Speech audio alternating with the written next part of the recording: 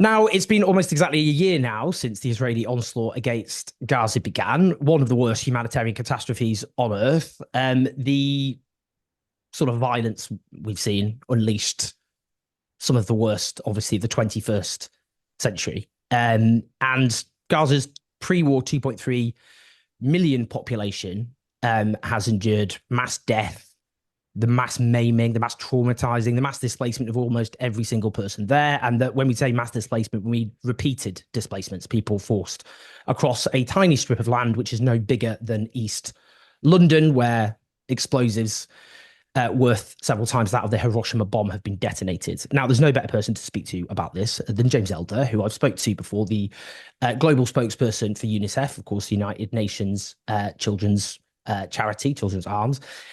He's live, I'm speaking to in Gaza right now. That's where he's been. He's spent huge amounts of time in Gaza. It's always a privilege to speak to James, one of the best communicators of what is one of the worst crises, disasters, human catastrophes of our age. And we've spoken several times before, and it's always been very educational and obviously traumatic. James, it's such a pleasure to speak to you. How you doing? Yeah, Owen, I'm okay. Thanks. Another strange, it's my fourth time back here, and last night as bad as any night I can remember.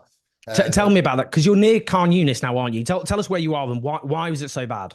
Yeah, I don't know. I mean, you're never quite sure, but it was so bad just because of very, very heavy bombardments, very close. I don't have that military background.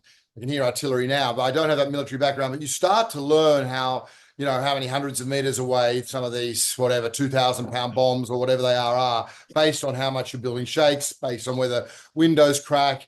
Always conscious of people very nearby me sleeping in tents. So once that happens, very tough to get back to sleep. Then there's drones, and your mind races. Your mind obviously races to those people for whom this has been a reality for almost a year. I mean, these continuous bombings, I mean, they have obviously left scars that has, as you rightly say, led to this insane death toll. 40 children, girls and boys killed pretty much every day, on average, every single day, 40 girls and boys for a year. But if there's a but, the scars run deeper than that physical destruction, that annihilation, that apocalyptic destruction I see of neighborhoods, of homes, of houses. So there's a trauma. I spoke to a child psychologist yesterday. It was a real privilege. But she spoke of her own sense. She said, James, I'm constantly worried that I'm going to break down. I need my energy for these children. But she herself is. So it's the bombardments, but then there is a level of psychological distress that I don't think for UNICEF, in all the frontline places we work, an entire population of children are confronted by that. So that's why those bombardments, obviously they are so wildly unsafe. I'm back in a hospital and I'm back walking along with children with the burns on hospital floors, with the missing limbs. And it's just this overarching sense of psychological trauma upon children that I don't think anyone has really seen before. Not on this scale, not impacting pretty much every single boy and girl. I mean, it's almost exactly a year of this now. And, it's unique in so many horrific ways in that it's such a tiny strip. I don't think often those of us who aren't there often realize just how small Gaza is, and now its population have been concentrated in an area the size basically of an airport, and to go through the repeated displacements, so many have lost loved ones, the constant fear of death. I mean, what is that psychological? Because I think a lot of people think that just becomes normalized, and children get used to it, they adapt. But I mean, that isn't the case, is it? I mean, what is the kind of psychological impact? And also the fact that there aren't the adults who are there to look after those children, they're traumatized. So it's very difficult for them to look after those children in those circumstances. Yeah, absolutely spot on. That the ultimate frontline worker is a mum and a dad. Those mum and dads are going through the same thing. Those parents, and I mean a vast number of parents who did what you're told to do anywhere around the world, work really hard and over years, or in many cases decades, build those homes, build your brick and mortar. In a flash, it was gone. So those parents are finding it very, very hard to be that sign of strength. And all at the same time, children have looked into their eyes. Children have come to learn that mum and dad have lost the ability to keep them safe here from that level of bombardment, and at a point from disease. There is a normalization, and it's a terrifying thing, Owen, because the idea if someone moves 4 or 5 times, we say that, then there's a sense they move somewhere safe. They never move somewhere safe. Each time they move, as a young woman explained to me, every time they move is under bombardment. You're grabbing what you can. They lose a little bit of their psychological strength. They definitely lose a little bit of their resources, a couple more winter clothes, another book, something. So they lose more and more in that. And they, as you say, they're crammed into these spaces. And this yet again speaks to the way that this war has been fought. 85% of the Gaza Strip already, as you rightly say, one of those densely populated places on the planet, 85% of it is now under some form of an evacuation order. So now you've got just over 2 million people crammed into 15%. I mean, that it defies logic. They are doing it. It speaks to, again, what life looks like in terms of water, sanitation. When the rains come, everyone's fearful of those winter months. We can speak to that. But in terms of moving every time, they lose a little bit, as a young woman said to me, a little bit of their soul. I had a fascinating conversation with someone earlier today, and she said, James, it's not just, we feel like we're losing our future. We're losing part of our past. Every time they move, there's some scar gets written into. So it is uncharted territory. But if you're forced to move 4 or 5 times with your family, when you lived in a house, you lived in a home, you lived in an apartment, you had a decent life within that, as so many have said. So that's what's been taken away from them. And as UNICEF and many others warned from October, November, if that level of bombardment is allowed to continue, if the restrictions on aid are allowed to continue, and both those things have happened, then you don't just start seeing these horrendous numbers of children killed from the sky. You see disease on the ground, and we saw that, polio. I mean, there was reason to celebrate the polio campaign, yes. And I mean, for UNICEF, we brought in 1.6 million vaccines. It's fantastic. Brave Palestinians on the ground everywhere made sure that campaign rolled out. But a polio campaign is not a success. A polio campaign is a sign of a disaster.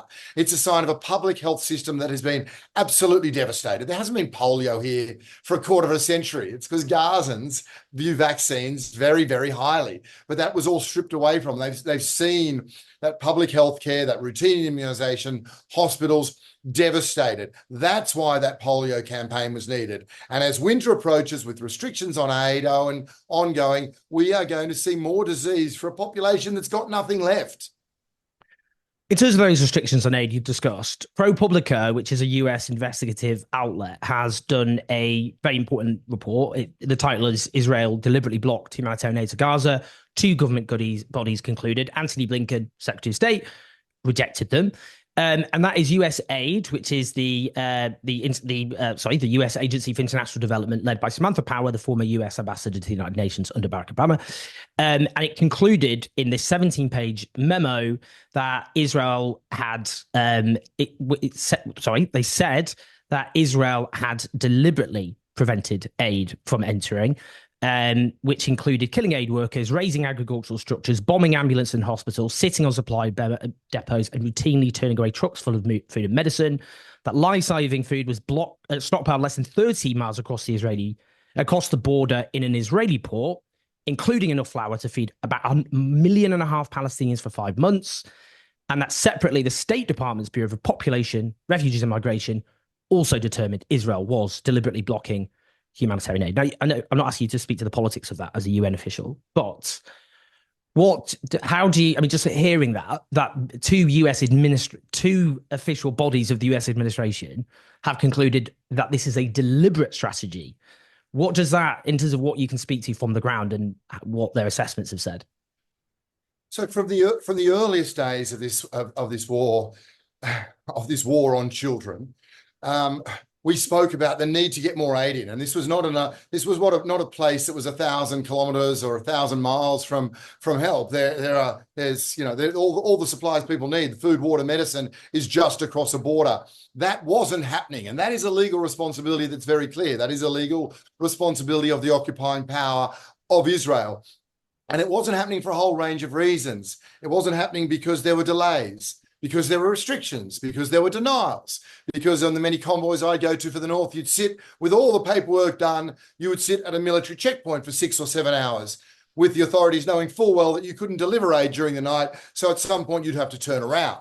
It was a game being played.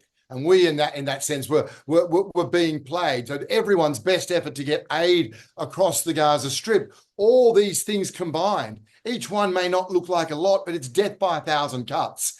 So month on month, month by month, and we had from the Secretary General was making it very clear, these restrictions on aid, on medicines, on food, on water are killing people. And that's still the case. I sat with a woman today who talked about the most basic painkillers she can't get. I sat with a doctor 2 days ago who spoke about antibiotics. Antibiotics, hasn't got them in the hospital. And I said, well, what do you do? He said, well, you have to let infections take course. You know, they don't have them. It's not like they have some, they don't have them. So those restrictions continue, and those restrictions have been imposed upon, well, humanitarian agencies, but imposed upon the civilian population.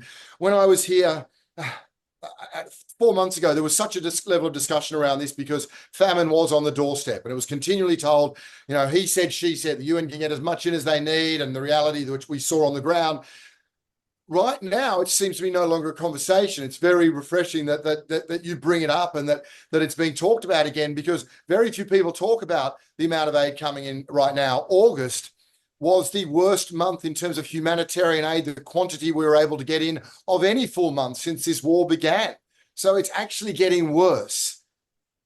I mean, and if I can, and I'm not sure how you play it, but one thing I wanted to add, I think it's important to get a sense of all these displacements, because you're so right. The normalization, I can understand why people want to turn away, and I can understand how they think someone's moved a few times, but now they're somewhere that's safe. Firstly, there is nowhere safe. There's absolutely not.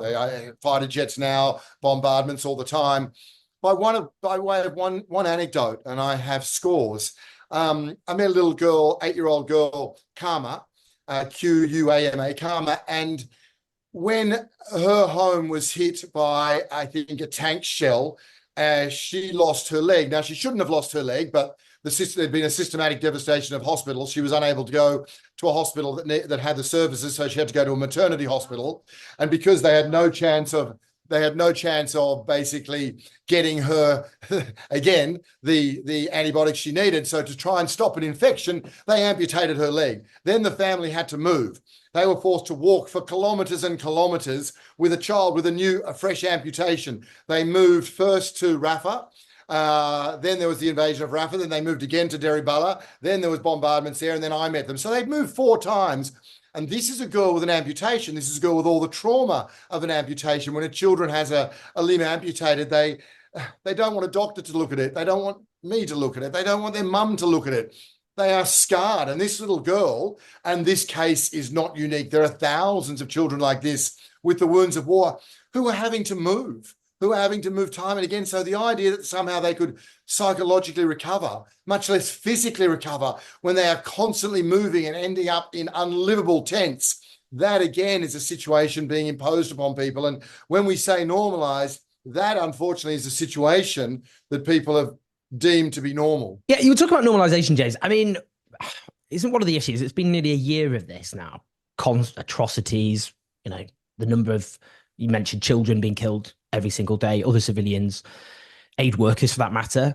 I mean, has that become a challenge, just being able to just keep people engaged with what is a humanitarian catastrophe? Because one of the dangers is we've seen some of the live streaming of some of the worst atrocities of the 21st century. And the danger is a lot of people in the West, they just move on and they don't remain engaged. And that's pretty important for allowing this sort of violence to continue. Spot on, nail on the head. It's something I really struggle with. I spend a lot of time trying to work out, you know, what is the narrative that will break through. I got a great friend in Liverpool who, you know, would say to me, like, oh, mate, you got to go and find that blonde-haired kid. And he's like, it's terrible, that scenario. But so I just don't know. It's something that we all struggle with, and yet you shouldn't, because every single story you hear here is of this immense level of residual that they've had, the resistance, the resolve, the fortitude people have got. But yes, a year of it somehow. People people, they move on. You were the one that started coining that phrase, don't turn away. People turn away. And I understand why as well for some young people around the world, where I'm always explaining to Gazans that, you've got young people from Europe to South Africa to Sydney to parts of the States that are absolutely outraged by this, and that, I'm talking about people in their 20s, and that they are raising their voice and how absolutely disenchanted they feel at the level of hypocrisy they're feeling, but that they care so greatly. And I think it's important to share that with Gazans as well. That's the sort of flip side of this narrative. But yeah, when I was first here in November, I felt we called it exactly what it was. I felt I was seeing absolutely indiscriminate attacks. We were seeing the mass killing of children. They were seeing clear breaches of international humanitarian law, great restrictions on aid that were putting people to the brink. And so it's very hard to know what else to say when it's just been more of that.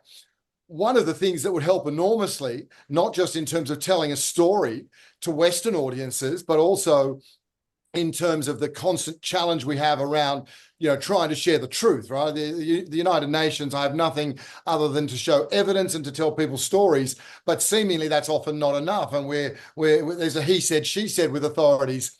Foreign journalists, obviously people need to ask that question. Why aren't international press allowed in here? Why cannot Western press add to the very, very brave voices of Palestinian journalists on the ground for Western audiences? Why are they not able to walk through the hospitals and see those children in tears with the amputations, with the burns? Why can't they see the denials, the restrictions of aid, the being held at checkpoints for 6 hours? That should speak volumes to how this war is being fought.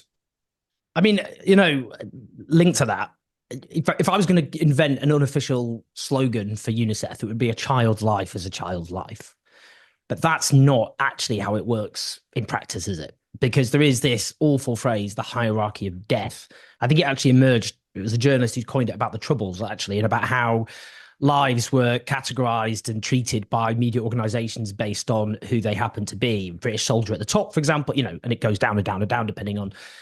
Isn't that the problem? I mean, it's this dehumanization that you're constantly having to fight against. That if the sorts of violence and atrocities being committed against Palestinian children were being committed against children who are seen as being like us, this would not be possible. It just wouldn't. Yeah, I mean, yes, I feel like in the same way that I spend so much time how to break through, I have a great sense of bewilderment and sadness and anger at those who are unable to see that moral equivalence, who somehow deny or even worse justify the killing of what reports are now 14, 15,000 children killed, who are able to deny that suffering, able to deny that truth.